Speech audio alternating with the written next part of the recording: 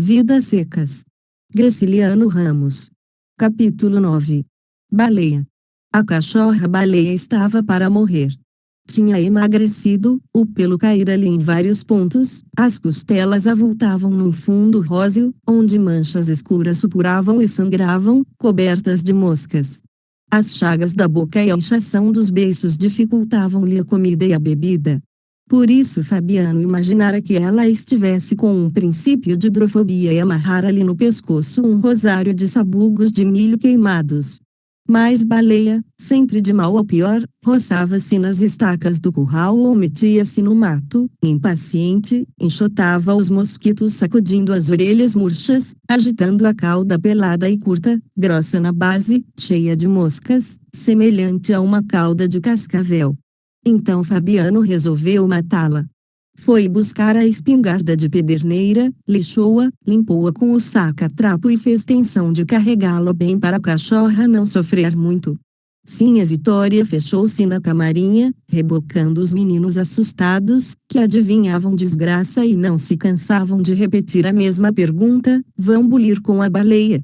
Tinham visto o chumbeiro e o polvarinho, os modos de Fabiano afligiam-nos, davam-lhes a suspeita de que Baleia corria perigo.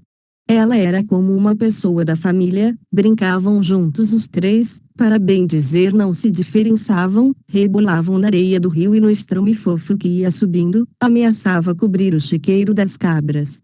Quiseram mexer na taramela e abrir a porta, mas Sinha Vitória levou-os para a cama de varas, deitou-os e esforçou-se por tapar-lhes os ouvidos, prendeu a cabeça do mais velho entre as coxas e espalmou as mãos nas orelhas do segundo. Como os pequenos resistissem, aperreou-se e tratou de subjugá-los, resmungando com energia. Ela também tinha o coração pesado, mas resignava-se, naturalmente, e a decisão de Fabiano era necessária e justa. Pobre da baleia. Escutou, ouviu o rumor do chumbo que se derramava no cano da arma, as pancadas surdas da vareta na bucha. Suspirou. Coitadinha da baleia. Os meninos começaram a gritar e a espernear. E como Sinha Vitória tinha relaxado os músculos, deixou escapar o mais taludo e soltou uma praga, capeta excomungado. Na luta que travou para segurar de novo a filho rebelde, zangou-se de verdade. Safadinho. Atirou um cocorote ao crânio enrolado na coberta vermelha e na saia de ramagens. Pouco a pouco a cólera diminuiu, e Sinha Vitória, embalando as crianças, enjoou-se da cadela achacada, gargarejou muxoxos e nomes feios. Bicho nojento, babão. Inconveniência deixar cachorro doido solto em casa. Mas compreendia que estava sendo severa demais, achava difícil Baleia endoidecer e lamentava que o marido não houvesse esperado mais um dia para ver se realmente a execução era indispensável. Nesse momento Fabiano andava no copiar, batendo castanholas com os dedos. Sinha Vitória encolheu o pescoço e tentou encostar os ombros às orelhas. Como isto era impossível, levantou os braços e, sem largar o filho, conseguiu ocultar um pedaço da cabeça. Fabiano percorreu o alpendre, olhando a baraúna e as porteiras, assolando um cão invisível contra animais invisíveis, eco, eco. Em seguida entrou na sala, atravessou o corredor e chegou à janela baixa da cozinha. Examinou o terreiro, viu Baleia coçando-se a esfregar as peladuras no pé de turco, levou a espingarda ao rosto. A cachorra espiou o dono desconfiada, enroscou-se no tronco e foi se desviando, até ficar no outro lado da árvore, agachada e arisca, mostrando apenas as pupilas negras. Aborrecido com esta manobra, Fabiano saltou à janela, esgueirou-se ao longo da cerca do curral, deteve-se no mourão do canto e levou de novo a arma ao rosto. Como o animal estivesse de frente e não apresentasse bom alvo, adiantou-se mais alguns passos. Ao chegar às catingueiras, modificou a pontaria e puxou o gatilho. A carga alcançou os quartos traseiros e inutilizou uma perna de Baleia, que se pôs a latir desesperadamente. Ouvindo o tiro e os latidos, Sinha Vitória pegou-se à Virgem Maria e os meninos rolaram na cama, chorando alto. Fabiano recolheu-se. E Baleia fugiu precipitada, rodeou o barreiro, entrou no quintalzinho da esquerda, passou rente aos craveiros e às panelas de losna, meteu-se por um buraco da cerca e ganhou o pátio, correndo em 3 pés. Dirigiu-se ao copiar, mas temeu encontrar Fabiano e afastou-se para o chiqueiro das cabras. Demorou-se aí um instante, meio desorientada, saiu depois sem destino, aos pulos. Defronte do carro de bois faltou-lhe a perna traseira. E, perdendo muito sangue, andou como gente, em 2 pés, arrastando com dificuldade a parte posterior do corpo. Quis recuar e esconder-se debaixo do carro, mas teve medo da roda. Encaminhou-se aos juazeiros. Sob a raiz de um deles havia uma barroca macia e funda. Gostava de espojar-se ali, cobria-se de poeira, evitava as moscas e os mosquitos, e quando se levantava, tinha folhas secas e gravetos colados às feridas, era um bicho diferente dos outros. Caiu antes de alcançar essa cova arredada. Tentou erguer-se, endireitou a cabeça e estirou as pernas dianteiras, mas o resto do corpo ficou deitado de banda. Nesta posição torcida, mexeu-se a custo, ralando as patas, cravando as unhas no chão, agarrando-se nos seixos miúdos. Afinal esmoreceu e aquietou-se junto às pedras onde os meninos jogavam cobras mortas. Uma sede horrível queimava-lhe a garganta. Procurou ver as pernas e não as distinguiu, um nevoeiro impedia-lhe a visão. Pôs-se a latir e desejou morder Fabiano. Realmente não latia, uivava baixinho, e os uivos iam diminuindo, tornavam-se quase imperceptíveis. Como o sol encandeasse, conseguiu adiantar-se umas polegadas e escondeu-se numa nesga de sombra que ladeava a pedra. Olhou-se de novo, aflita. Que lhe estaria acontecendo? O nevoeiro engrossava e aproximava-se. Sentiu o cheiro bom dos preás que desciam do morro, mas o cheiro vinha, fraco e havia nele partículas de outros viventes. Parecia que o morro se tinha distanciado muito. Arregaçou o focinho, aspirou o ar lentamente, com vontade de subir a ladeira e perseguir os preás, que pulavam e corriam em liberdade. Começou a arquejar penosamente, fingindo ladrar. Passou a língua pelos beiços torrados e não experimentou nenhum prazer. O olfato cada vez mais se embotava, certamente os preás tinham fugido. Esqueceu-os e de novo lhe veio o desejo de morder Fabiano, que lhe apareceu diante dos olhos meio vidrados, com um objeto esquisito na mão. Não conhecia o objeto, mas pôs-se a tremer, convencida de que ele encerrava surpresas desagradáveis. Fez um esforço para desviar-se daquilo e encolher o rabo. Cerrou as pálpebras pesadas e julgou que o rabo estava encolhido.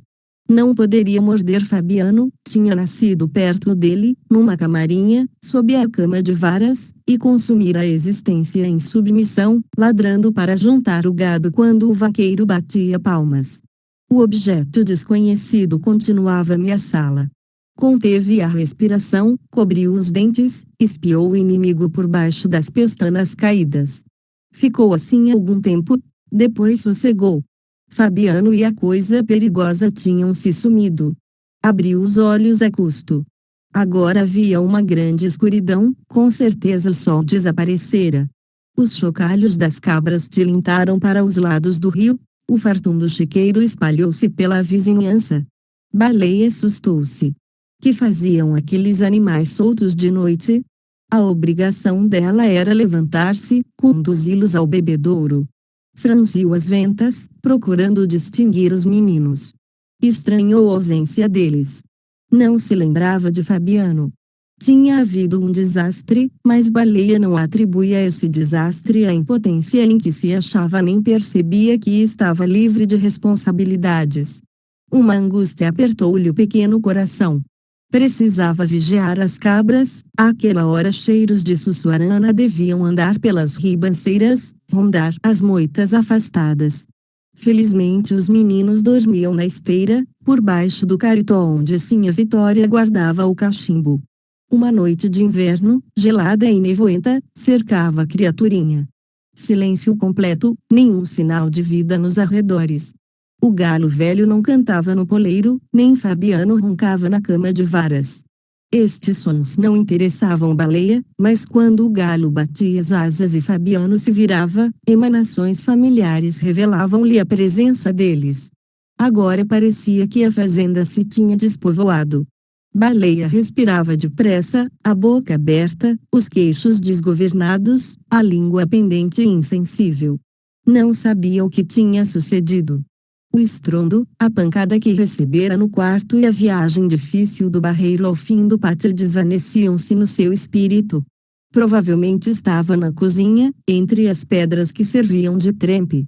Antes de se deitar, Sinha Vitória retirava dali os carvões e a cinza, varria com um molho de vassourinha o chão queimado, e aquilo ficava um bom lugar para o cachorro descansar.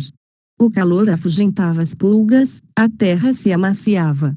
E, findos os cochilos, numerosos preás corriam e saltavam, um formigueiro de preás invadia a cozinha. A tremura subia, deixava a barriga e chegava ao peito de Baleia. Do peito para trás era tudo insensibilidade e esquecimento.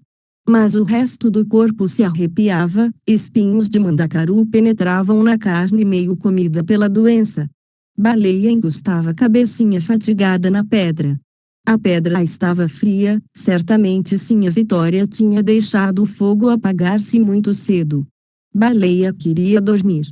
Acordaria feliz, num mundo cheio de preás.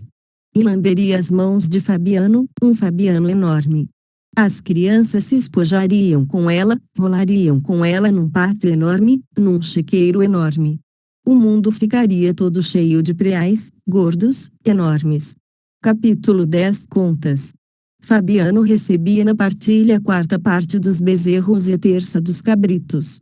Mas como não tinha roça e apenas se limitava a semear na vazante uns punhados de feijão e milho, comia da feira, desfazia-se dos animais, não chegava a ferrar um bezerro ou assinar a orelha de um cabrito. Se pudesse economizar durante alguns meses, levantaria a cabeça.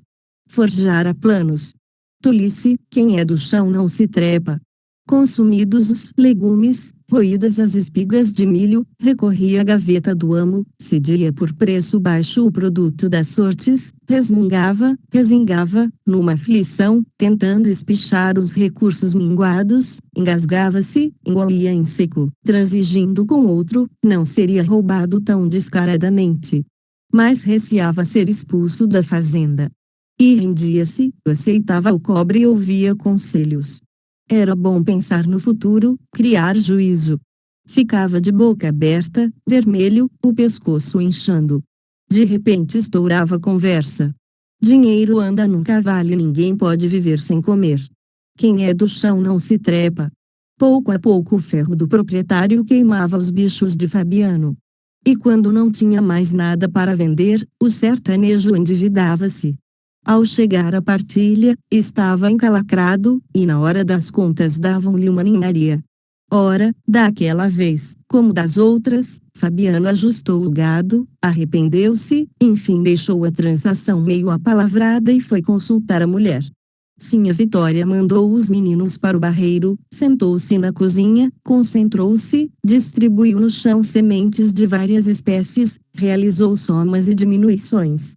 No dia seguinte Fabiano voltou à cidade, mas ao fechar o negócio notou que as operações de Sinha Vitória, como de costume, diferiam das do patrão. Reclamou e obteve a explicação habitual, a diferença era proveniente de juros. Não se conformou, devia haver engano.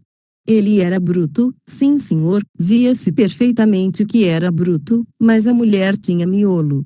Com certeza havia um erro no papel do branco. Não se descobriu o erro, e Fabiano perdeu os estribos. Passara a vida inteira assim no toco, entregando o que era dele de mão beijada. Estava direito aquilo? Trabalhar como negro e nunca arranjar carta de alforria. O patrão zangou-se, repeliu a insolência, achou bom que o vaqueiro fosse procurar serviço noutra fazenda. Aí Fabiano baixou a pancada e amunhecou. Bem, bem. Não era preciso barulho não. Se havia dito palavra à toa, pedia desculpa. Era bruto, não fora ensinado. Atrevimento não tinha, conhecia o seu lugar. Um cabra. Ia lá puxar questão com gente rica. Bruto, sim senhor, mas sabia respeitar os homens. Devia ser ignorância da mulher, provavelmente devia ser ignorância da mulher. Até estranhar as contas dela. Enfim, como não sabia ler, um bruto, sim senhor, acreditara na sua velha. Mas pedia desculpa e jurava não cair noutra. O amo abrandou, e Fabiano saiu de costas, o chapéu varrendo o tijolo. Na porta, virando-se, enganchou as rosetas das esporas, afastou-se tropeçando, os sapatões de couro cru batendo no chão como cascos. Foi até a esquina, parou, tomou fôlego. Não deviam tratá-lo assim. Dirigiu-se ao quadro lentamente. Diante da bodega de seu Inácio virou o rosto e fez uma curva larga. Depois que acontecera aquela miséria, temia passar ali. Sentou-se numa calçada, tirou do bolso o dinheiro, examinou-o, procurando adivinhar quanto lhe tinham furtado.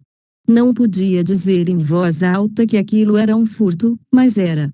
Tomavam-lhe o gado quase de graça e ainda inventavam juro. Que juro? O que havia era safadeza ladroeira. Nem lhe permitiam queixas. Porque reclamara, achara a coisa uma exorbitância, o branco se levantara furioso, com 4 pedras na mão.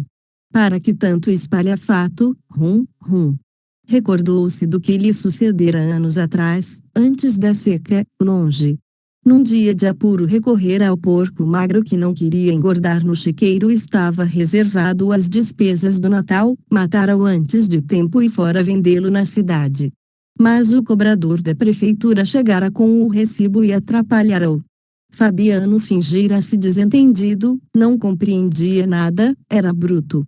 Como outro lhe explicasse que, para vender o porco, devia pagar imposto, tentara convencê-lo de que ali não havia porco, havia quartos de porco, pedaços de carne. O agente se aborrecera, insultara-o, e Fabiano se encolhera. Bem, bem. Deus o livrasse de história com o governo. Julgava que podia dispor dos seus troços. Não entendia de imposto, um bruto, está percebendo? Supunha que o cevado era dele. Agora se a prefeitura tinha uma parte, estava acabado. Pois ia voltar para casa e comer a carne. Podia comer a carne? Podia ou não podia? O funcionário batera o pé agastado e Fabiano se desculpara, o chapéu de couro na mão, o espinhaço curvo. Quem foi que disse que eu queria brigar? O melhor é a gente acabar com isso. Despedira-se, meter a carne no saco e fora vendê-la noutra rua, escondido. Mas, atracado pelo cobrador, gemera no imposto e na multa. Daquele dia em diante não criara mais porcos. Era perigoso criá-los. Olhou as cédulas arrumadas na palma, os níqueis e as pratas, suspirou, mordeu os beiços. Nem lhe restava o direito de protestar. Baixava a crista. Se não baixasse, desocuparia terra, largar-se-ia com a mulher, os filhos pequenos e os cacarecos. Para onde? Hein? Tinha para onde levar a mulher e os meninos? Tinha nada. Espalhou a vista pelos 4 cantos. Além dos telhados, que lhe reduziam o horizonte, a campina se estendia, seca e dura. Lembrou-se da marcha penosa que fizera através dela, com a família, todos esmolambados e famintos. Haviam escapado, e isto lhe parecia um milagre. Nem sabia como tinham escapado. Se pudesse mudar-se, gritaria bem alto que o roubavam. Aparentemente resignado, sentia um ódio imenso a qualquer coisa que era ao mesmo tempo a campina seca, o patrão, os soldados e os agentes da prefeitura. Tudo na verdade era contra ele. Estava acostumado, tinha casca muito grossa, mas às vezes se arreliava. Não havia paciência que suportasse tanta coisa. Um dia um homem faz besteira e se desgraça. Pois não estavam vendo que ele era de carne e osso. Tinha a obrigação de trabalhar para os outros, naturalmente, conhecia o seu lugar. Bem, nascera com esse destino, ninguém tinha culpa de ele haver nascido com um destino ruim. Que fazer? Podia mudar a sorte? Se lhe dissessem que era possível melhorar de situação, espantar-se-ia. Tinha vindo ao mundo para amansar brabo, curar feridas com rezas, consertar cercas de inverno a verão. Era sina. O pai vivera assim, o avô também. E para trás não existia família. Cortar mandacaru, encebar látegos, aquilo estava no sangue.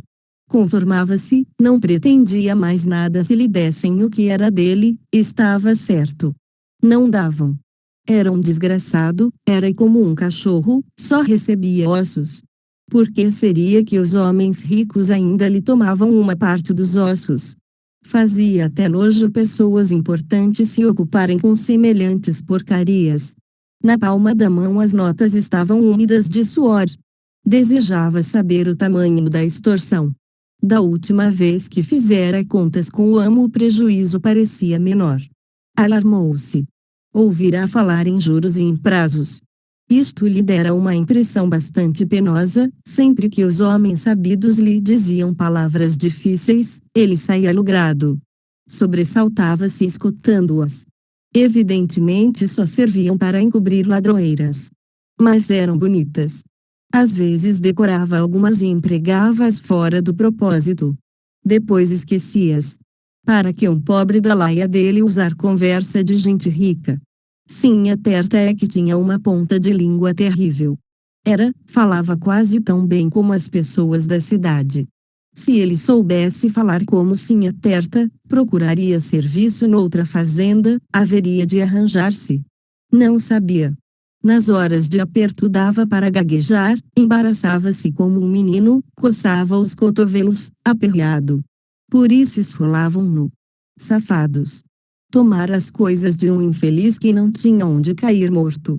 Não viam que isso não estava certo? Que iam ganhar com semelhante procedimento? Hein? Que iam ganhar, Anne? Agora não criava porco e queria ver o tipo da prefeitura cobrar dele imposto e multa. Arrancavam-lhe a camisa do corpo e ainda por cima davam-lhe facão e cadeia. Pois não trabalharia mais, ia descansar. Talvez não fosse. Interrompeu o monólogo, levou uma eternidade contando e recontando mentalmente o dinheiro. Amarrotou-o com força, empurrou-o no bolso raso da calça, meteu na casa estreita o botão de osso. Porcaria! Levantou-se, foi até a porta de uma bodega, com vontade de beber cachaça. Como havia muitas pessoas encostadas ao balcão, recuou. Não gostava de se ver no meio do povo. Falta de costume. Às vezes dizia uma coisa sem intenção de ofender, entendiam outra, e lá vinham questões. Perigoso entrar na bodega. O único vivente que o compreendia era a mulher. Nem precisava falar, bastavam os gestos. Sinha Terta é que se explicava como gente da rua. Muito bom uma criatura ser assim, ter recurso para se defender. Ele não tinha. Se tivesse, não viveria naquele estado. Um perigo entrar na bodega. Estava com desejo de beber um quarteirão de cachaça, mas lembrava-se da última visita feita à venda de seu Inácio. Se não tivesse tido a ideia de beber, não lhe haveria sucedido aquele desastre. Nem podia tomar uma pinga descansado. Bem, ia voltar para casa e dormir. Saiu lento, pesado, capiongo, às rosetas das esporas silenciosas. Não conseguiria dormir. Na cama de varas havia um pau com um nó, bem no meio. Só muito cansaço fazia um cristão acomodar-se em semelhante dureza. Precisava fatigar-se no lombo de um cavalo ou passar o dia consertando cercas. Derreado, bambo, espichava-se e roncava como um porco. Agora não lhe seria possível fechar os olhos. Rolaria a noite inteira sobre as varas, matutando naquela perseguição. Desejaria imaginar o que ia fazer para o futuro. Não ia fazer nada. Matar-se-ia no serviço e moraria numa casa alheia, enquanto deixassem ficar. Depois sairia pelo mundo, iria morrer de fome na caatinga seca. Tirou do bolso o rolo de fumo, preparou um cigarro com a faca de ponta. Se ao menos pudesse recordar-se de fatos agradáveis, a vida não seria inteiramente má. Deixar a rua. Levantou a cabeça, viu uma estrela, depois muitas estrelas. As figuras dos inimigos esmoreceram. Pensou na mulher, nos filhos e na cachorra morta. Pobre de baleia. Era como se ele tivesse matado uma pessoa da família. Capítulo 11. O soldado amarelo. Fabiano meteu-se na vereda que ia desembocar na lagoa seca, torrada, coberta de catingueiras e capões de mato. Ia pesado, o alho cheio a tiracolo, muitos látegos e chocalhos pendurados num braço. O facão batia nos tocos. Espiava o chão como de costume, decifrando rastos. Conheceu os da égua russa e da cria, marcas de cascos grandes e pequenos. A égua russa, com certeza. Deixara pelos brancos num tronco de angico. Urinara na areia e o mijo desmanchara as pegadas, o que não aconteceria se tratasse de um cavalo. Fabiano ia desprecatado, observando esses sinais e outros que se cruzavam, de viventes menores. Corcunda, parecia farejar o solo e a caatinga deserta animava-se, os bichos que ali tinham passado voltavam, apareciam-lhe diante dos olhos miúdos. Seguiu a direção que Iago havia tomado. Andara cerca de 100 braças quando o cabresto de cabelo que trazia no ombro se enganchou num pé de quipá. Desembaraçou o cabresto, puxou o facão, pôs-se a cortar as quipás e as palmatórias que interrompiam a passagem. Tinha feito um estrago feio, a terra se cobria de palmas espinhosas. Deteve-se percebendo o rumor de garranchos, voltou-se e deu de cara com o soldado amarelo que, um ano antes, o levara à cadeia, onde ele aguentara uma surra e passara a noite. Baixou a arma. Aquilo durou um segundo. Menos, durou uma fração de segundo. Se houvesse durado mais tempo, o amarelo teria caído esperneando na poeira, com o quengo rachado. Como o impulso que moveu o braço de Fabiano foi muito forte, o gesto que ele fez teria sido bastante para um homicídio se outro impulso não lhe dirigisse o braço em sentido contrário. A lâmina parou de chofre, junto à cabeça do intruso, bem em cima do boné vermelho. A princípio o vaqueiro não compreendeu nada. Viu apenas que estava ali um inimigo. De repente notou que aquilo era um homem e, coisa mais grave, uma autoridade. Sentiu um choque violento, deteve-se, o braço ficou irresoluto, bambo, inclinando-se para um lado e para outro. O soldado, magrinho, enfesadinho, tremia. E Fabiano tinha vontade de levantar o facão de novo. Tinha vontade, mas os músculos afrouxavam. Realmente não quisera matar um cristão, procedera como quando, a montar brabo, evitava galhos e espinhos. Ignorava os movimentos que fazia na cela. Alguma coisa lhe empurrava para a direita ou para a esquerda. Era essa coisa que ia partindo a cabeça do amarelo. Se ela tivesse demorado um minuto, Fabiano seria um cabra valente. Não demorara. A certeza do perigo surgira e ele estava indeciso, de olho arregalado, respirando com dificuldade, um espanto verdadeiro no rosto barbudo coberto de suor, o cabo do facão mal seguro entre os 2 dedos úmidos. Tinha medo e repetia que estava em perigo, mas isto lhe pareceu tão absurdo que se pôs a rir. Medo daquilo? Nunca vira uma pessoa tremer assim. Cachorro. Ele não era dunga na cidade. Não pisava aos pés dos matutos, na feira. Não botava gente na cadeia. Sem vergonha, mofino. Irritou-se. Por que seria que aquele safado batia os dentes como um caetito? Não via que ele era incapaz de vingar-se. Não via. Fechou a cara. A ideia do perigo ia se sumindo. Que perigo? Contra aquilo nem precisava facão, bastavam as unhas. Agitando os chocalhos e os látegos, chegou a mão esquerda, grossa e cabeluda, à cara do polícia, que recuou e se encostou a uma catingueira. Se não fosse a catingueira, o infeliz teria caído. Fabiano pregou nele os olhos ensanguentados, meteu o facão na bainha. Podia matá-lo com as unhas. Lembrou-se da surra que levara e da noite passada na cadeia. Sim, senhor. Aquilo ganhava dinheiro para maltratar as criaturas inofensivas. Estava certo? O rosto de Fabiano contraía-se, medonho, mais feio que um focinho. Hein? Estava certo? Bulir com as pessoas que não fazem mal a ninguém. Por quê? Sufocava-se, as rugas da testa aprofundavam-se, os pequenos olhos azuis abriam-se demais, numa interrogação dolorosa. O soldado encolhia-se, escondia-se por detrás da árvore. E Fabiano cravava as unhas nas palmas calosas. Desejava ficar cego outra vez. Impossível readquirir aquele instante de inconsciência. Repetia que a arma era desnecessária, mas tinha certeza de que não conseguiria utilizá-la e apenas queria enganar-se. Durante um minuto a cólera que sentia por se considerar impotente foi tão grande que recuperou a força e avançou para o inimigo. A raiva cessou, os dedos que feriam a palma descerraram-se. Fabiano estacou desajeitado, como um pato, o corpo amolecido. Grudando-se à catingueira, o soldado apresentava apenas um braço, uma perna e um pedaço de cara, mas esta banda de homem começava a crescer aos olhos do vaqueiro. E a outra parte, a que estava escondida, devia ser maior. Fabiano tentou afastar a ideia absurda, como a gente pensa coisas bestas. Alguns minutos antes não pensava em nada, mas agora suava frio e tinha lembranças insuportáveis.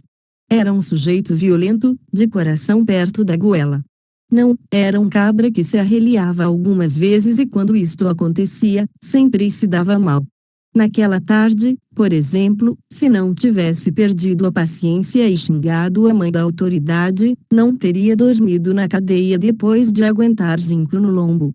2 excomungados tinham-lhe caído em cima, um ferro batera-lhe no peito, outro nas costas, ele se arrastara tiritando como um frango molhado.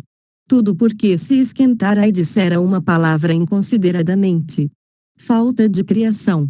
Tinha lá culpa. O sarapatel se formara, o cabo abrira caminho entre os feirantes que se apertavam em redor, toca pra frente.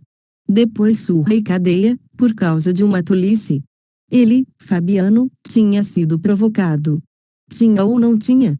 Salto de reuna em cima da alpercata. Impacientara-se largar o palavrão. Natural, xingar a mãe de uma pessoa não vale nada, porque todo mundo vê logo que a gente não tem a intenção de maltratar ninguém. Um ditério sem importância. O amarelo devia saber isso. Não sabia. Saíra-se com 4 pedras na mão, apitara. E Fabiano comera da banda podre, desafasta. Deu um passo para a catingueira.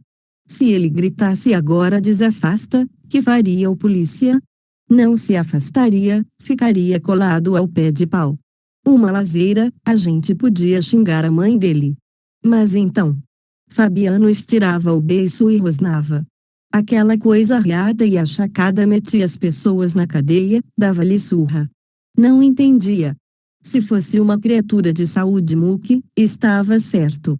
Enfim, apanhar do governo não é desfeita, e Fabiano até sentiria orgulho ao recordar-se da aventura. Mas aquilo? Soltou uns grunhidos. Por que motivo o governo aproveitava gente assim?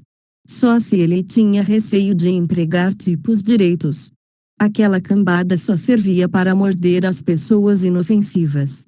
Ele, Fabiano, seria tão ruim se andasse fardado?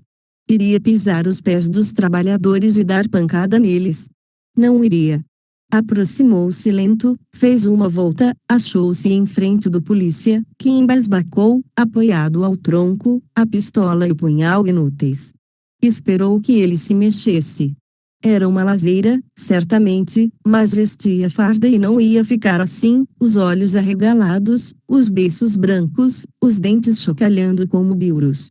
Ia bater o pé, gritar, levantar a espinha, plantar-lhe o salto da reuna em cima da alpercata. Desejava que ele fizesse isso. A ideia de ter sido insultado, preso, moído por uma criatura amorfina era insuportável. Mirava-se naquela covardia, via-se mais lastimoso e miserável que o outro. Baixou a cabeça, coçou os pelos ruivos do queixo. Se o soldado não puxasse o facão, não gritasse, ele Fabiano, seria um vivente muito desgraçado. Devia sujeitar-se àquela tremura, àquela marilidão. Era um bicho resistente, calejado. Tinha nervo, queria brigar, metera-se em espalhafatos e saíra de crista levantada. Recordou-se de lutas antigas, em danças com fêmea e cachaça. Uma vez, de lambedeira em punho, espalhara a negrada. Aí sim a Vitória começara a gostar dele. sempre fora reimoso. Iria esfriando com a idade. Quantos anos teria? Ignorava, mas certamente envelhecia e fraquejava. Se possuísse espelhos, veria rugas e cabelos brancos. Arruinado, um caco. Não sentira a transformação, mas estava se acabando. O suor umedeceu-lhe as mãos duras. Então, suando com medo de uma peste que se escondia tremendo. Não era uma infelicidade grande, a maior das infelicidades. Provavelmente não se esquentaria nunca mais, passaria o resto da vida assim mole e ronceiro. Como a gente muda. Estava mudado. Outro indivíduo, muito diferente do Fabiano que levantava poeira nas salas de dança. Um Fabiano bom para aguentar facão no lombo e dormir na cadeira. Virou a cara, enxergou o facão de rasto. Aquilo nem era facão, não servia para nada. Ora não servia, quem disse que não servia? Era um facão verdadeiro, sim senhor, movera-se como um raio cortando palmas de quipá. E estivera a pique de rachar o quengo de um sem vergonha. Agora dormia na bainha rota, era um troço inútil, mas tinha sido uma arma. Se aquela coisa tivesse durado mais um segundo, o polícia estaria morto. Imaginou-o assim, caído, as pernas abertas, os bugalhos apavorados, um fio de sangue empastando-lhe os cabelos, formando um riacho entre os seixos da vereda. Muito bem. Ia arrastá-lo para dentro da caatinga, entregá-lo aos urubus. E não sentiria remorso. Dormiria com a mulher, sossegado, na cama de varas. Depois gritaria aos meninos, que precisavam criação. Era um homem, evidentemente. Aprumou-se, fixou os olhos nos olhos do polícia, que se desviaram. Um homem. Besteira pensar que ia ficar murcho o resto da vida. Estava acabado. Não estava. Mas para que suprimir aquele doente que bambeava e só queria ir para baixo? Inutilizar-se por causa de uma fraqueza fardada que vadiava na feira e insultava os pobres. Não se inutilizava, não valia a pena inutilizar-se. Guardava sua força. Vacilou e coçou a testa. Havia muitos bichinhos assim ruins, havia um horror de bichinhos assim fracos e ruins. Afastou-se, inquieto. Vendo-o acanalhado e ordeiro, o soldado ganhou coragem, avançou, pisou firme, perguntou o caminho. E Fabiano tirou o chapéu de couro, governo é governo.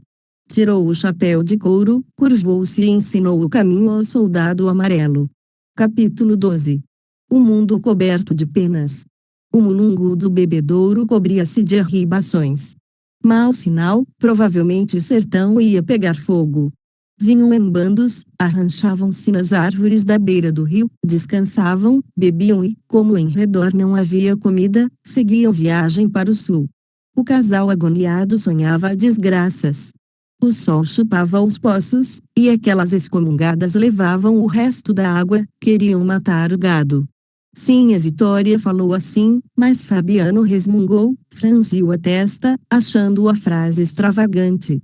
Aves matarem bois e cabras, que lembrança.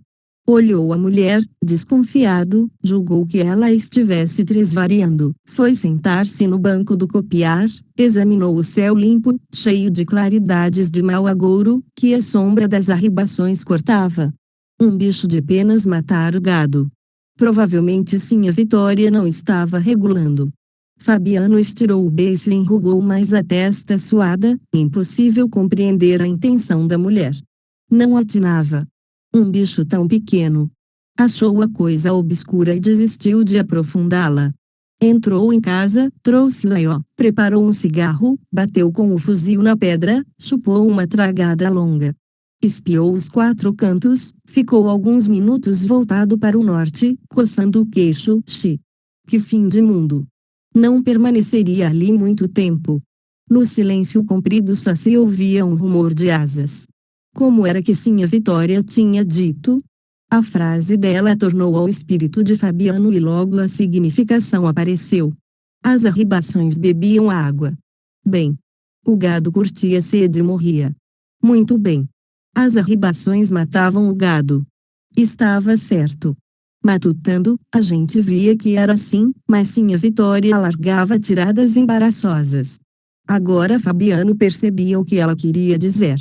Esqueceu a infelicidade próxima, riu-se encantado com a esperteza de Sinha Vitória. Uma pessoa como aquela valia ouro. Tinha ideias, sim senhor, tinha muita coisa no miolo. Nas situações difíceis encontrava saída. Então, descobrir que as arribações matavam o gado. E matavam. Aquela hora o mulungu do bebedouro, sem folhas e sem flores, uma barrancharia pelada, enfeitava-se de penas. Desejou ver aquilo de perto, levantou-se, botou o aió a tiracolo, foi buscar o chapéu de couro e a espingarda de pederneira. Desceu o copiar, atravessou o pátio, avizinhou-se da ladeira pensando na cachorra-baleia. Coitadinha! Tinham-lhe aparecido aquelas coisas horríveis na boca, o pelo caíra, e ele precisara matá-la. Teria procedido bem? Nunca havia refletido nisso. A cachorra estava doente. Podia consentir que ela mordesse os meninos? Podia consentir? Loucura expor as crianças à hidrofobia. Pobre da baleia. Sacudiu a cabeça para afastá-la do espírito. Era o diabo daquela espingarda que lhe trazia a imagem da cadelinha. A espingarda, sem dúvida. Virou o rosto defronte das pedras do fim do pátio, onde Baleia aparecera fria, enteiriçada, com os olhos comidos pelos urubus. Alargou o passo, desceu a ladeira, pisou a terra de aluvião, aproximou-se do bebedouro. Havia um bater doido de asas por cima da poça de água preta, a garrancheira do mulungu estava completamente invisível. Pestes! Quando elas desciam do sertão, acabava-se tudo. O gado ia afinar-se, até os espinhos secariam. Suspirou. Que havia de fazer? Fugir de novo, aboletar-se noutro lugar, recomeçar a vida. Levantou a espingarda, puxou o gatilho sem pontaria. 5 ou 6 aves caíram no chão, o resto se espantou, os galhos queimados surgiram-nos. Mas pouco a pouco se foram cobrindo, aquilo não tinha fim. Fabiano sentou-se desanimado na ribanceira do bebedouro, carregou lentamente a espingarda com um chumbo miúdo e não socou a bucha, para a carga espalhar-se e alcançar muitos inimigos. Novo tiro, novas quedas, mas isto não deu nenhum prazer a Fabiano. Tinha ali comida para 2 ou 3 dias, se possuísse munição, teria comida para semanas e meses. Examinou o polvarinho e o chumbeira, pensou na viagem, estremeceu. Tentou iludir-se, imaginou que ela não se realizaria se ele não a provocasse com ideias ruins. Reacendeu o cigarro, procurou distrair-se falando baixo. Sim, a Terta era pessoa de muito saber naquelas beiradas. Como andariam as contas com o patrão? Estava ali o que ele não conseguiria nunca decifrar. Aquele negócio de juros engolia tudo, e afinal o branco ainda achava que fazia favor. O soldado amarelo. Fabiano, encaiporado, fechou as mãos e deu murros na coxa. Diabo! Esforçava-se por esquecer uma infelicidade, e vinham outras infelicidades. Não queria lembrar-se do patrão nem do soldado amarelo. Mas lembrava-se, com desespero, enroscando-se como uma cascavel assanhada. Era um infeliz, era a criatura mais infeliz do mundo. Devia ter ferido naquela tarde soldado amarelo, devia tê-lo cortado a facão. Cabra ordinário, mofino, encolhera-se e ensinara o caminho. Esfregou a testa suada e enrugada. Para que recordar vergonha? Pobre dele! Estava então decidido que viveria sempre assim. Cabra safado, mole. Se não fosse tão fraco, teria entrado no cangaço e feito misérias. Depois levaria um tiro de emboscada ou envelheceria na cadeia, cumprindo sentença, mas isto não era melhor que acabar-se numa beira de caminho, assando no calor, a mulher e os filhos acabando-se também. Devia ter furado o pescoço do amarelo com faca de ponta, devagar. Talvez estivesse preso e respeitado, um homem respeitado, um homem. Assim como estava, ninguém podia respeitá-lo. Não era homem, não era nada. Aguentava zinco no lombo e não se vingava. Fabiano, meu filho, tem coragem. Tem vergonha, Fabiano. Mata o soldado amarelo. Os soldados amarelos são uns desgraçados que precisam morrer. Mata o soldado amarelo e os que mandam nele. Como gesticulava com furor, gastando muita energia, pôs-se a ressolegar e sentiu sede. Pela cara vermelha e queimada o suor corria, tornava mais escura a barba ruiva. Desceu da ribanceira, agachou-se à beira da água salobra, pôs-se a beber ruidosamente nas palmas das mãos. Uma nuvem de arribações voou assustada. Fabiano levantou-se, um brilho de indignação nos olhos miseráveis. A cólera dele se voltava de novo contra as aves. Tornou a sentar-se na ribanceira, atirou muitas vezes nos ramos do mulungu, o chão ficou todo coberto de cadáveres.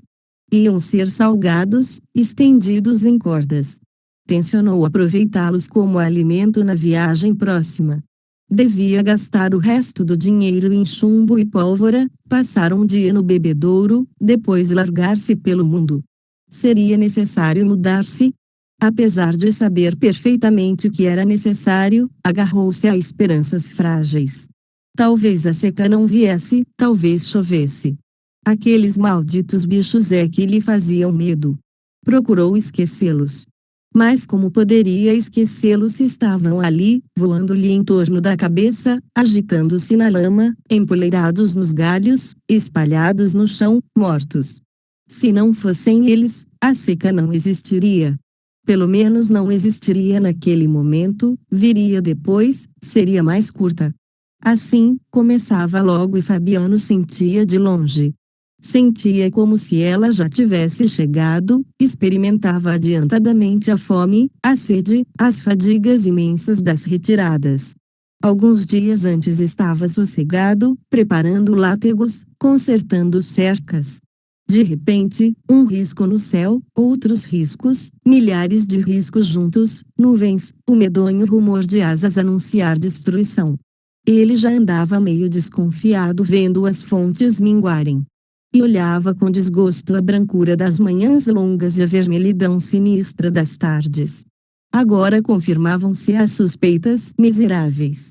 As bichas excomungadas eram a causa da seca. Se pudesse matá-las, a seca se extinguiria. Mexeu-se com violência, carregou a espingarda furiosamente. A mão grossa, cabeluda, cheia de manchas e descascada, tremia sacudindo a vareta pestes. Impossível dar cabo daquela praga. Estirou os olhos pela campina, achou-se isolado. Sozinho num mundo coberto de penas, de aves que iam comê-lo. Pensou na mulher e suspirou. Coitada de Sinha Vitória, novamente nos descampados, transportando o baú de folha. Uma pessoa de tanto juízo marchar na terra queimada, esfolar os pés nos seixos, era duro. As arribações matavam o gado. Como tinha Sinha Vitória descoberto aquilo? Difícil. Ele, Fabiano, espremendo os miolos. Não diria semelhante frase. Sinha Vitória fazia contas direito, sentava-se na cozinha, consultava montes de sementes de várias espécies, correspondentes a mil-réis, tostões e vinténs. E acertava. As contas do patrão eram diferentes, arranjadas a tinta e contra o vaqueiro, mas Fabiano sabia que elas estavam erradas e o patrão queria enganá-lo. Enganava. Que remédio! Fabiano, um desgraçado, um cabra, dormia na cadeia e aguentava zinco no lombo. Podia reagir. Não podia. Um cabra. Mas as contas de Sinha Vitória deviam ser exatas. Pobre de Sinha Vitória. Não conseguiria nunca estender os ossos numa cama, o único desejo que tinha. Os outros não se deitavam em camas. Receando uma goala, Fabiano concordava com ela, embora aquilo fosse um sonho. Não poderiam dormir como gente. E agora iam ser comidos pelas arribações. Desceu da ribanceira, apanhou lentamente os cadáveres, meteu-os no aió, que ficou cheio, empanzinado. Retirou-se devagar. Ele, Sinha Vitória e os dois meninos comeriam as arribações. Se a cachorra-baleia estivesse viva, iria regalar-se. Por que seria que o coração dele se apertava? Coitadinha da cadela. Matara forçado, por causa da moléstia. Depois voltaram aos látegos, às cercas, às contas embaraçadas do patrão. Subiu a ladeira, avizinhou-se dos juazeiros. Junto à raiz de um deles a pobrezinha gostava de espojar-se, cobrir-se de garranchos e folhas secas. Fabiano suspirou, sentiu um peso enorme por dentro. Se tivesse cometido um erro. Olhou a planície torrada, o morro onde os preás saltavam, confessou às catingueiras e aos alastrados que o animal tivera hidrofobia, ameaçara as crianças. Mataram-o por isso. Aqui as ideias de Fabiano atrapalharam-se, a cachorra misturou-se com as arribações, que não se distinguiam da seca. Ele, a mulher e os 2 meninos seriam comidos. Sim, a Vitória tinha razão, era atilada e percebia as coisas de longe. Fabiano arregalava os olhos e desejava continuar a admirá-la. Mas o coração grosso, como um cururu, enchia-se com a lembrança da cadela. Coitadinha, magra, dura, entenriçada, os olhos arrancados pelos urubus. Diante dos juazeiros, Fabiano apressou-se, sabia lá se a alma de baleia andava por ali, fazendo visagem. Chegou-se à casa, com medo. Ia escurecendo, e àquela hora ele sentia sempre uns vagos terrores. Ultimamente vivia esmorecido, mofino, porque as desgraças eram muitas. Precisava consultar Sinha Vitória, combinar a viagem, livrar-se das arribações, explicar-se, convencer-se de que não praticara injustiça matando a cachorra. Necessário abandonar aqueles lugares amaldiçoados. Sinha Vitória pensaria como ele. Capítulo 13. Fuga. A vida na fazenda se tornara difícil.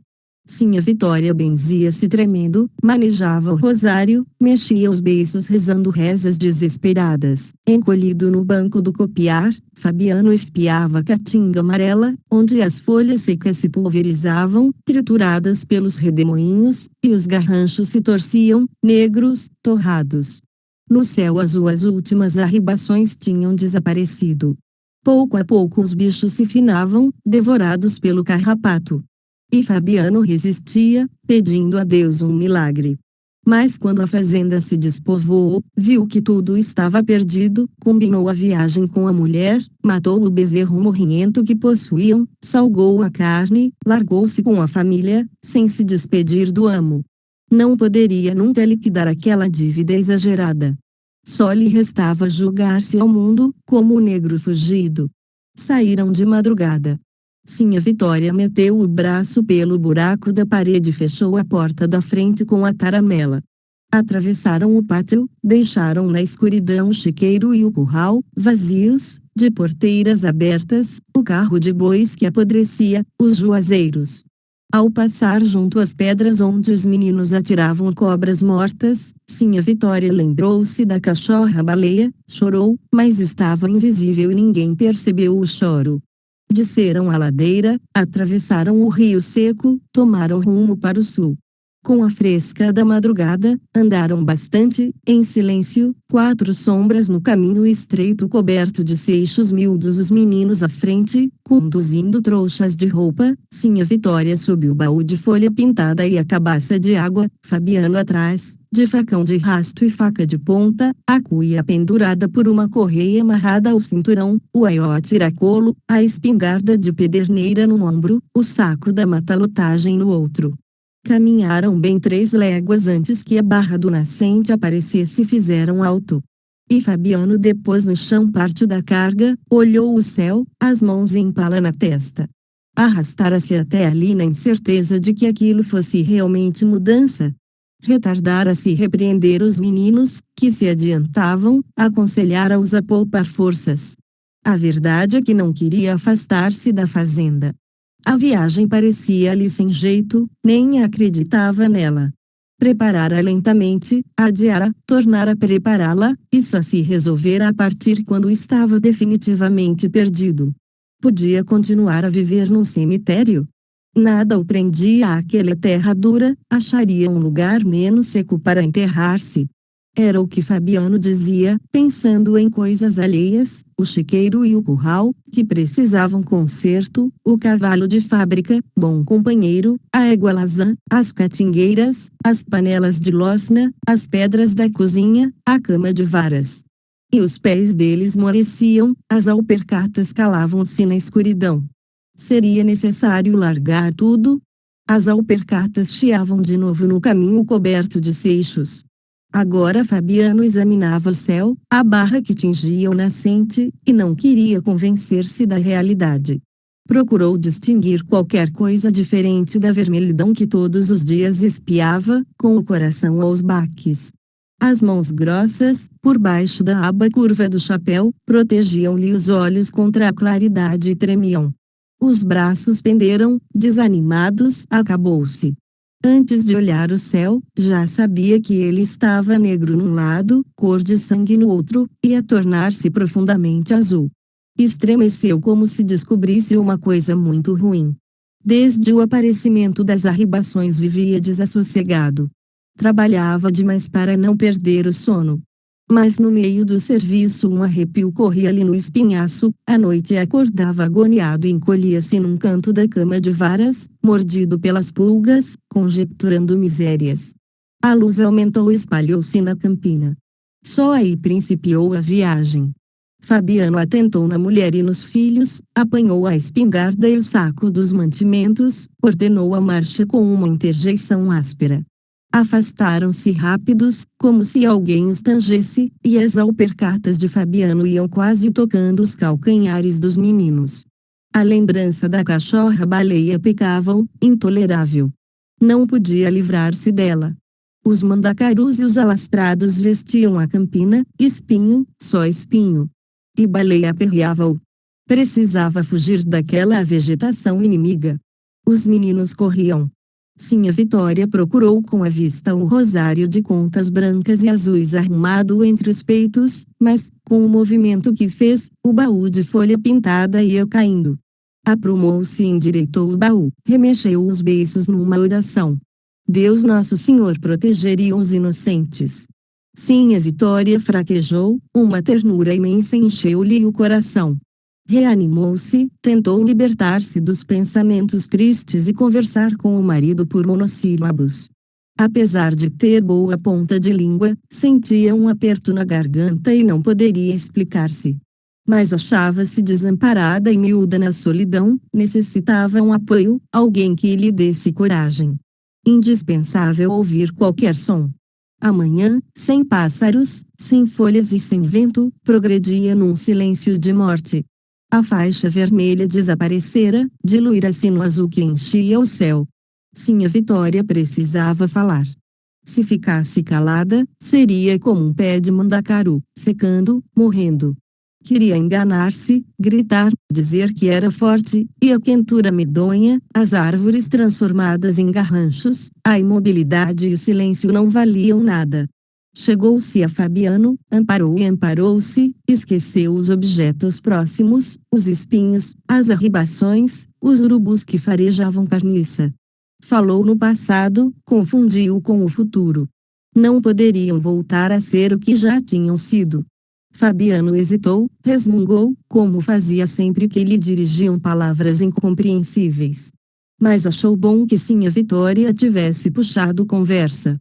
Ia num desespero, o saco da comida e o aió começavam a pesar excessivamente.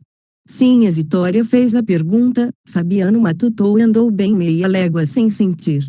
A princípio quis responder que evidentemente eles eram o que tinham sido, depois achou que estavam mudados, mais velhos e mais fracos. Eram outros, para bem dizer. Sinha Vitória insistiu. Não seria bom tornarem a viver como tinham vivido, muito longe. Fabiano agitava a cabeça, vacilando. Talvez fosse, talvez não fosse. Cochicharam uma conversa longa e entrecortada, cheia de mal-entendidos e repetições. Viver como tinham vivido, numa casinha protegida pela bolandeira de seu Tomás. Discutiram e acabaram reconhecendo que aquilo não valeria a pena, porque estariam sempre assustados, pensando na seca. Aproximavam-se agora dos lugares habitados, Haveriam de achar morada. Não andariam sempre à toa, como ciganos. O vaqueiro ensombrava-se com a ideia de que se dirigia a terras onde talvez não houvesse gado para tratar. Sim, a Vitória tentou sossegá-lo dizendo que ele poderia entregar-se a outras ocupações, e Fabiano estremeceu, voltou-se, estirou os olhos em direção à fazenda abandonada. Recordou-se dos animais feridos e logo afastou a lembrança. Que fazia-lhe virado para trás? Os animais estavam mortos. Encarquilhou as pálpebras contendo as lágrimas, uma grande saudade espremeu-lhe o coração, mas um instante depois vieram-lhe ao espírito figuras insuportáveis, o patrão, o soldado amarelo, a cachorra-baleia entenriçada junto às pedras do fim do pátio. Os meninos sumiam-se numa curva do caminho, Fabiano adiantou-se para alcançá-los. Era preciso aproveitar a disposição deles, deixar que andassem à vontade. Sim, a Vitória acompanhou o marido, chegou-se aos filhos. Dobrando o cotovelo da estrada, Fabiano sentia distanciar-se um pouco dos lugares onde tinha vivido alguns anos, o patrão, o soldado amarelo e a cachorra-baleia esmoreceram no seu espírito. E a conversa recomeçou. Agora Fabiano estava meio otimista. Endireitou o saco da comida, examinou o rosto carnudo e as pernas grossas da mulher. Bem. Desejou fumar. Como segurava a boca do saco e a coronha da espingarda, não pôde realizar o desejo. Temeu arriar, não prosseguir na caminhada. Continuou a tagarelar, agitando a cabeça para afugentar uma nuvem que, vista de perto, escondia o patrão, o soldado amarelo e a cachorra-baleia.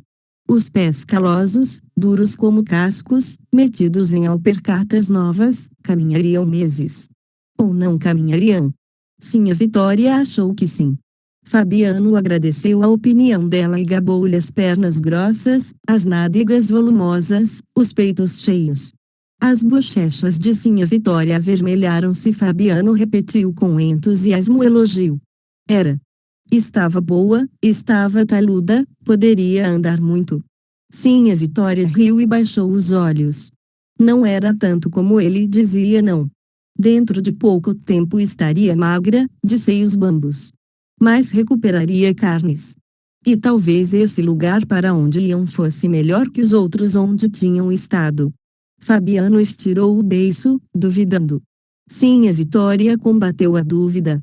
Porque não haveriam de ser gente, possuir uma cama igual a de seu Tomás da Bolandeira? Fabiano franziu a testa, lá vinham os despropósitos. Sim, a Vitória insistiu e dominou. Porque haveriam de ser sempre desgraçados, fugindo no mato como bichos. Com certeza existiam no mundo coisas extraordinárias. Podiam viver escondidos, como bichos? Fabiano respondeu que não podiam. O mundo é grande. Realmente para eles era bem pequeno, mas afirmavam que era grande e marchavam, meio confiados, meio inquietos. Olharam os meninos, que olhavam os montes distantes, onde havia seres misteriosos. Em que estariam pensando? Zumbiu Sim, a Vitória. Fabiano estranhou a pergunta e rosnou uma objeção. Menino é bicho miúdo, não pensa. Mas Sim, a Vitória renovou a pergunta e a certeza do marido abalou-se. Ela devia ter razão. Tinha sempre razão. Agora desejava saber que iriam fazer os filhos quando crescessem. Vaquejar, opinou Fabiano. Sim, a Vitória, com uma careta enjoada, balançou a cabeça negativamente, arriscando-se a derrubar o baú de folha. Nossa Senhora os livrasse de semelhante desgraça. Vaquejar, que ideia! Chegariam a uma terra distante, esqueceriam a caatinga onde havia montes baixos, cascalhos, rios secos, espinho, urubus, bichos morrendo, gente morrendo. Não voltariam nunca mais, resistiriam à saudade que ataca os sertanejos na mata. Então eles eram bois para morrer tristes por falta de espinhos. Fixar-se-iam muito longe, adotariam costumes diferentes. Fabiano ouviu os sonhos da mulher, deslumbrado, relaxou os músculos, e o saco da comida escorregou-lhe no ombro. Aprumou-se, deu um puxão à carga. A conversa de Sinhá Vitória servira muito, haviam caminhado léguas quase sem sentir. De repente veio a fraqueza, devia ser fome. Fabiano ergueu a cabeça, piscou os olhos por baixo da aba negra e queimada do chapéu de couro. Meio-dia, pouco mais ou menos. Baixou os olhos encandeados, procurou descobrir na planície uma sombra ou sinal de água. Estava realmente com um buraco no estômago. Endireitou o saco de novo e, para conservá-lo em equilíbrio, andou pendido, um ombro alto, outro baixo. O otimismo de Sinhá Vitória já não lhe fazia moça. Ela ainda se agarrava a fantasias. Coitada! Armar semelhantes planos, assim bamba, o peso do baú e da cabaça enterrando-lhe o pescoço no corpo. Foram descansar sob os garranchos de uma quixabeira, mastigaram punhados de farinha e pedaços de carne, beberam na cuia uns goles de água. Na testa de Fabiano suor secava, misturando-se à poeira que enchia as rugas fundas, embebendo-se na correia do chapéu. A tontura desaparecera, o estômago sossegara. Quando partissem, a cabaça não envergaria o espinhaço de Sinhá Vitória. Instintivamente procurou no descampado indício de fonte. Um friozinho agudo arrepiou-o. Mostrou os dentes sujos num riso infantil. Como podia ter frio com semelhante calor? Ficou um instante assim besta, olhando os filhos, a mulher e a bagagem pesada. O menino mais velho esbrugava um osso com apetite. Fabiano lembrou-se da cachorra-baleia, outro arrepio correu-lhe a espinha, o riso besta esmoreceu. Se achassem água ali por perto, beberiam muito, sairiam cheios, arrastando os pés. Fabiano comunicou isto a Sinhá Vitória e indicou uma depressão do terreno. Era um bebedouro, não era? Sinhá Vitória estirou o beiço, indecisa, e Fabiano afirmou o que havia perguntado. Então ele não conhecia aquelas paragens? Estava a falar variedades. Se a mulher tivesse concordado, Fabiano arrefeceria, pois lhe faltava convicção, como Sinhá Vitória tinha dúvidas, Fabiano exaltava-se, procurava incutir-lhe coragem. Inventava o bebedouro, descrevia-o, mentia sem saber que estava mentindo. E Sinhá Vitória excitava-se, transmitia-lhe esperanças. Andavam por lugares conhecidos. Qual era o emprego de Fabiano? Tratar de bichos, explorar os arredores, no lombo de um cavalo. E ele explorava tudo. Para lá dos montes afastados havia outro mundo, um mundo temeroso, mas para cá, na planície, tinha de cor plantas e animais, buracos e pedras. Os meninos deitaram-se e pegaram no sono. Sinhá Vitória pediu o binga ao companheiro e acendeu o cachimbo. Fabiano preparou um cigarro. Por enquanto estavam sossegados. O bebedouro indeciso tornara-se realidade. Voltaram a cochichar projetos, as fumaças do cigarro e do cachimbo misturaram-se. Fabiano insistiu nos seus conhecimentos topográficos, falou no cavalo de fábrica. Ia morrer na certa, um animal tão bom. Se tivesse vindo com eles, transportaria bagagem. Algum tempo comeria folhas secas, mas além dos montes encontraria alimento verde. Infelizmente pertencia ao fazendeiro e definhava, sem ter quem lhe desse a ração. Ia morrer o amigo, lazarento e com esparavões, num canto de cerca, vendo os urubus chegarem banzeiros, saltando, os bicos ameaçando-lhe os olhos. A lembrança das aves medonhas, que ameaçavam com os bicos pontudos os olhos de criaturas vivas, horrorizou Fabiano. Se elas tivessem paciência, comeriam tranquilamente a carniça. Não tinham paciência aquelas pestes vorazes que voavam lá em cima, fazendo curvas. Pestes. Voavam sempre, não se podia saber de onde vinha tanto urubu. Pestes. Olhou as sombras movediças que enchiam a campina. Talvez estivessem fazendo círculos em redor do pobre cavalo esmorecido num canto de cerca. Os olhos de Fabiano se umedeceram. Coitado do cavalo. Estava magro, pelado, faminto e arredondava uns olhos que pareciam de gente pestes. O que indignava Fabiano era o costume que os miseráveis tinham de atirar bicadas aos olhos de criaturas que já não se podiam defender. Ergueu-se, assustado, como se os bichos tivessem descido do céu azul e andassem ali perto, num voo baixo, fazendo curvas cada vez menores em torno do seu corpo, de Sinhá Vitória e dos meninos. Sinhá Vitória percebeu-lhe a inquietação na cara torturada e levantou-se também, acordou os filhos, arrumou os picuás. Fabiano retomou o carrego.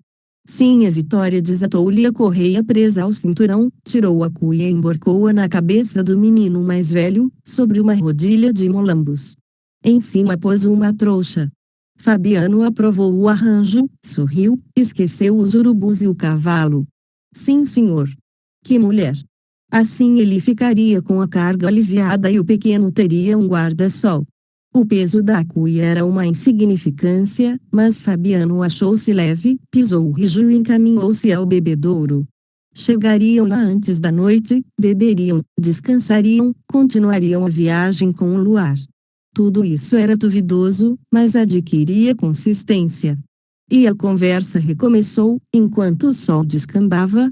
Tenho comido toicinho com mais cabelo, declarou Fabiano desafiando o céu, os espinhos e os urubus. Não é, murmurou Sinhá Vitória sem perguntar, apenas confirmando o que ele dizia. Pouco a pouco uma vida nova, ainda confusa, se foi esboçando. Acomodar-se-iam num sítio pequeno, o que parecia difícil a Fabiano, criado solto no mato. Cultivariam um pedaço de terra.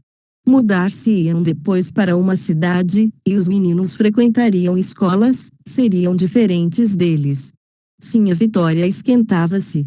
Fabiano ria, tinha desejo de esfregar as mãos agarradas à boca do saco e à coronha da espingarda de pederneira.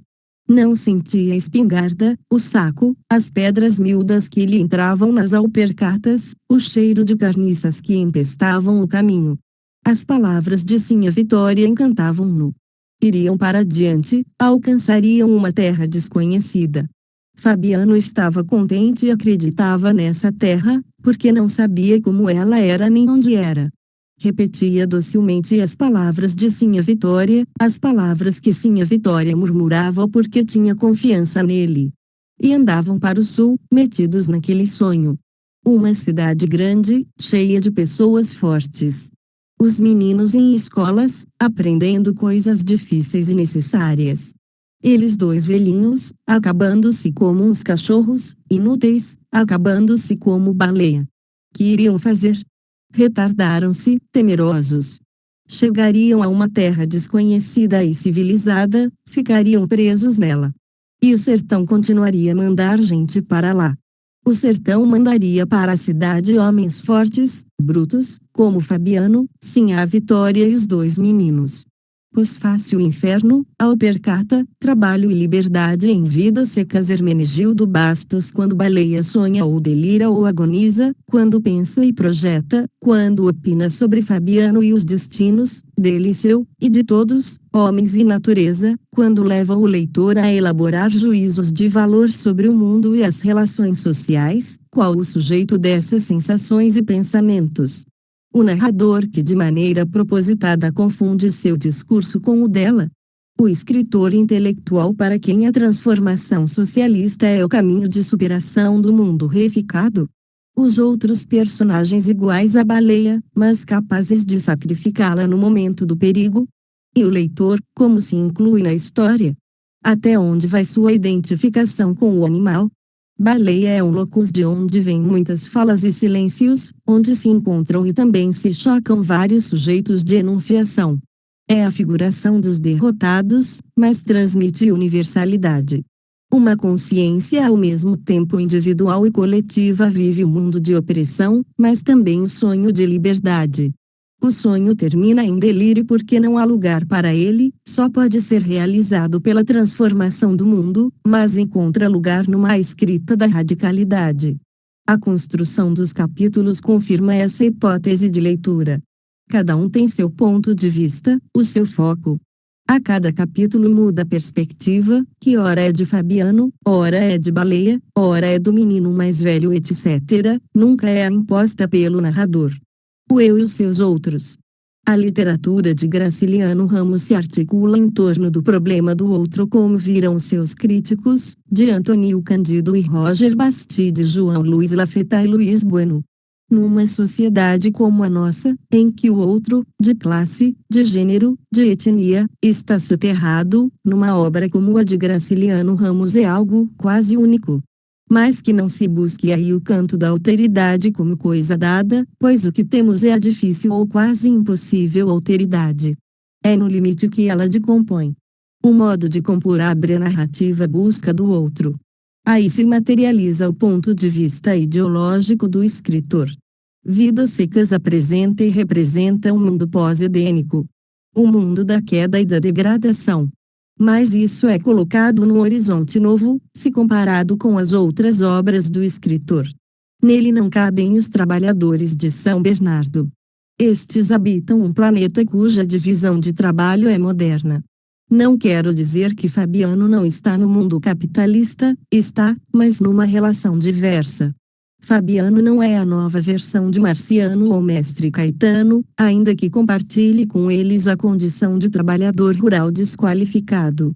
Fabiano protagoniza outra história, protege o filho mais velho quando da longa viagem, esforça-se por entender o mundo e a exploração, pode escolher entre matar o soldado amarelo ou deixá-lo viver, suporta os conflitos de ter que dar cabo de baleia e, aos olhos do filho mais novo, é um herói. A condição humana em Vidas Secas é degradada, mas a proximidade dos personagens da vida natural lhes confere uma espécie de reserva ética que não existe nos demais romances de Graciliano Ramos. É como a memória de um estágio de evolução em que a reificação não era absoluta como já o é em São Bernardo. E, mais importante, a memória é do passado, mas pode também ser do futuro. Como se pudéssemos recomeçar, estabelecendo outros vínculos com a natureza e entre os homens. A natureza não é, então, paisagem. É o outro do homem, lhe impõe limites a partir dos quais ele trabalha e submete-se aos imperativos da escassez e da necessidade. O homem a domina e domina-se. Urge então criar novos caminhos. Em 2008 este pequeno livro, experimental e clássico, completa 70 anos de vida. Que se pode dizer dessa longevidade? Ela se origina de como o romance provoca o leitor a acompanhar o processo de produção literária, ao mesmo tempo envolve na questão do destino dos personagens e do gênero humano. Ao ser levado por esse ritmo, o leitor vivencia o trabalho, a fadiga e os limites naturais e sociais da existência humana. Diretamente ligado a isso, o leitor pode vislumbrar o mundo da liberdade nos pequenos sonhos daqueles pequenos seres. Os sonhos são modestos, mas por eles o leitor pode ver um mundo outro, de liberdade, do autor na produção de sua obra e dos personagens nos eventos narrados. Roger Bastide diz que a composição em Graciliano Ramos se faz por decomposição. A visão, diz ele, é sempre analítica. Deveríamos acrescentar que, se isso é assim, é porque a reificação invade o trabalho poético. O que temos são partes do corpo, ou da alma, ou do espaço, ou do tempo. Só depois essas partes se conjugam na visão do narrador e do leitor. Suprema coragem de um escritor, a de assumir a condição da arte numa sociedade reificada. Dizer que um mundo outro que não o da reificação é possível pressupõe o mundo real como espaço de uma derrota prévia. Se Graciliano Ramos queria eliminar tudo para ficar só com a poesia, como disse Otto Maria Carpiaux, falta dizer que tampouco a poesia consegue fugir à reificação. Eis a experiência cruel vivida pelo menino mais velho no deslumbramento que tem todo poeta em face da descoberta de uma palavra nova, que quer dizer inferno. Ele não podia aceitar que uma palavra tão bonita, a palavra coisa de que fala Sartre, pudesse ter um significado tão ruim. Infelizmente não pôde resistir ao poder da palavra. Sim, a Vitória não lhe dá atenção, depois lhe dará um cocorote. Estivera metido no barreiro com o irmão. Deixara o brinquedo e fora interrogar Sinha Vitória. Um desastre.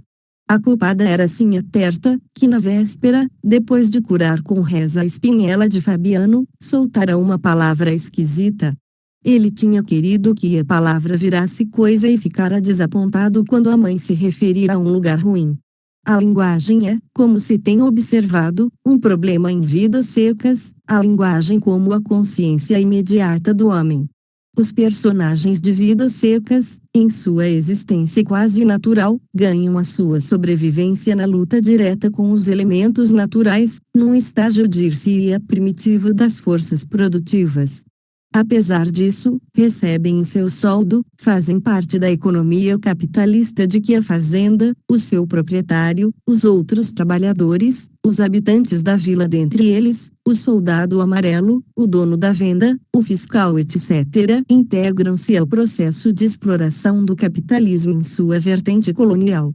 Próximos à natureza, mas ao mesmo tempo dela afastados por uma relação de trabalho alienado, os personagens de Vidas Secas parecem ser símbolos do ser social em seu processo de evolução histórica. É nesse sentido que se pode dizer que a natureza é a questão aí, natureza e trabalho. Daí certo caráter mágico que preside as ações dos personagens. A magia, prática social de tempos pretéritos, agora passa a ser uma forma de alienação. Mas sugere, contrapondo-se ao pensamento lógico-discursivo do narrador sua sintaxe e forma narrativas, uma opção. Como forma de pensamento dos personagens, a magia não desequilibra o pensamento do narrador, mas relativiza-o, retira dele qualquer sombra de completude ou autossatisfação. A magia é ao mesmo tempo o limite que se coloca aos personagens e o sonho de superação desse limite. O falado, e mal interpretado, fatalismo de Graciliano Ramos pressupõe a liberdade humana como contraparte dialética. A ida para o sul não é essa liberdade. Se a narrativa segue um rumo fatalista, se a opressão vence, há aí, entretanto, uma lição de liberdade. Acompanhamos outra vez essa lição na ação que se segue ao diálogo do menino mais velho com Sim e a Vitória.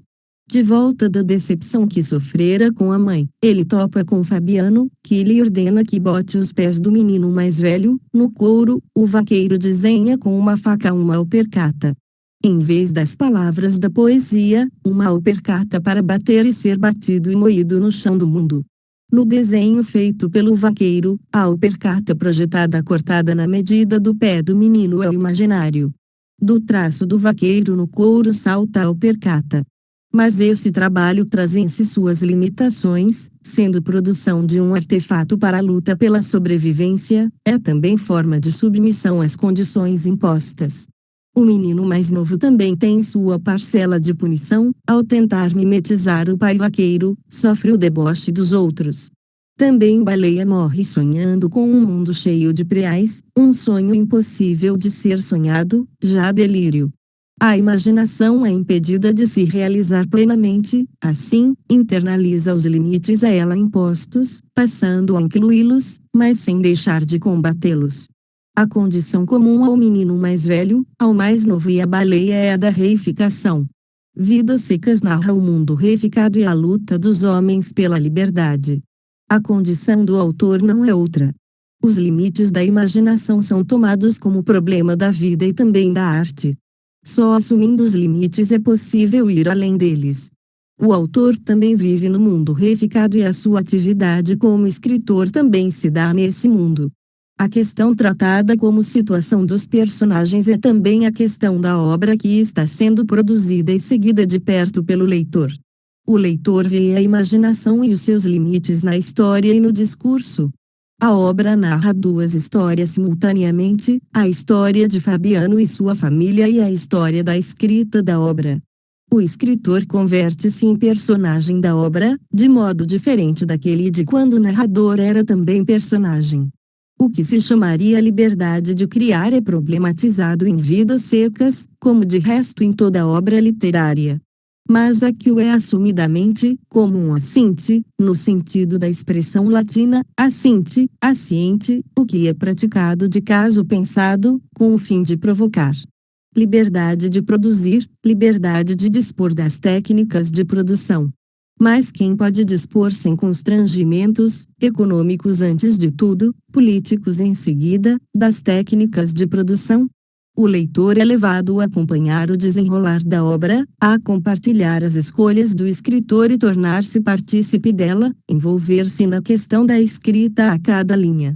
O que significa exercer atividade de escritor nesse mundo? Fazer de conta que estamos em outro mundo de plena liberdade é uma ilusão de todo estranha. Graciliano Ramos, sendo essa uma das lições de recusa do grande escritor. A obra internaliza o espanto do menino mais velho, a sensação de impotência e ridículo do menino mais novo, a agonia e o delírio de Baleia. A construção de vidas secas é de extrema liberdade com relação à verossimilhança. Invade o terreno da poesia, o que foi tão bem percebido por João Cabral de Melo Neto. Como no painel, despreza os liames tradicionais da narrativa romanesca. Compões o conjunto a partir de partes já por si autônomas.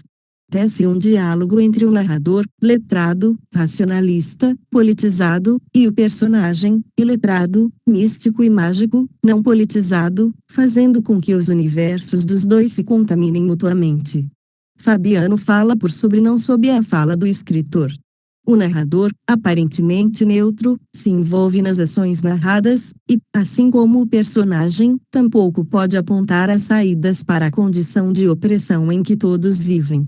O tema da prisão, da ausência de liberdade, em Graciliano Ramos é dominante em Memórias do Cárcere, é colocado como possibilidade real em Angústia, mas está presente em todos os seus livros como um tema que inclui a própria arte que se potencializa a partir dela. A arte é o lugar em que a prisão se confronta com a possibilidade de sua superação. A liberdade de criar do escritor moderno, especificamente dele, está em que ele dispõe de várias técnicas de produção literárias que, por sua vez, correspondem a vários modos de produção. A diacronia se oferece a ele sincronicamente. Na sua liberdade de dispor de técnicas variadas de outros momentos da história, todas reunidas como se fossem atuais, nos transmite ao mesmo tempo duas coisas complementares, embora de significado distinto e oposto. A primeira delas é o exercício da liberdade artística como crítica ao enrijecimento da técnica numa sociedade em que a produção humana visa apenas aos interesses imediatos e alienados da dominação e em que somos todos, os seus leitores e os demais, escravos das técnicas impostas para a reprodução das condições de produção. A segunda é a ilusão de que a liberdade da arte é comum a todos os membros da sociedade de que faz parte. A obra nos transmite essa contradição que lhe é construtiva. É no terreno da técnica que a mimese é irrefutável, pelas técnicas que a obra põe em ação, ela aponta para o mundo da produção e, dessa forma, para a sociedade da divisão do trabalho e da exploração. A arte é liberdade, como tal se opõe ao mundo da opressão em que vivemos. O específico do trabalho artístico é que nele os fins práticos que estão na mira do trabalho humano são postos em suspensão. Cada artista desenvolverá o seu trabalho conforme as suas próprias peculiaridades. Isso dará a sua marca, que é a maneira como ele se situa em meio às contradições. O trabalho literário é, assim, ao mesmo tempo, amaldiçoado porque lembra o homem, pelo revés, a sua falta de liberdade, mas também um espaço de resistência porque reafirma o horizonte da liberdade. No seu trabalho, o artista não ide para atender a qualquer finalidade prática. Na vida comum, porém, todos nós, incluído o artista enquanto membro da sociedade, somos obrigados a produzir segundo técnicas que interessam a reificação já em vias de ser absoluta. A primeira coisa que nos diz uma obra de arte é que o mundo da liberdade é possível, e isso nos dá força para lutar contra o mundo da opressão. A arte é a antítese da sociedade. Em Baleia, inicialmente conto, depois capítulo, mas sempre o núcleo de que se originou a obra, inscreve-se essa dialética. Quando acompanhamos seus pensamentos e projetos, sonhos, delírios e juízos de valor, nós leitores somos também parte da subjetividade que leva o seu nome. Inscreva-se no canal e ative as notificações. Curta e compartilhe para que esse conteúdo chegue para mais pessoas. Deixe nos comentários qual lei, resolução ou decreto você quer ouvir. Bons estudos!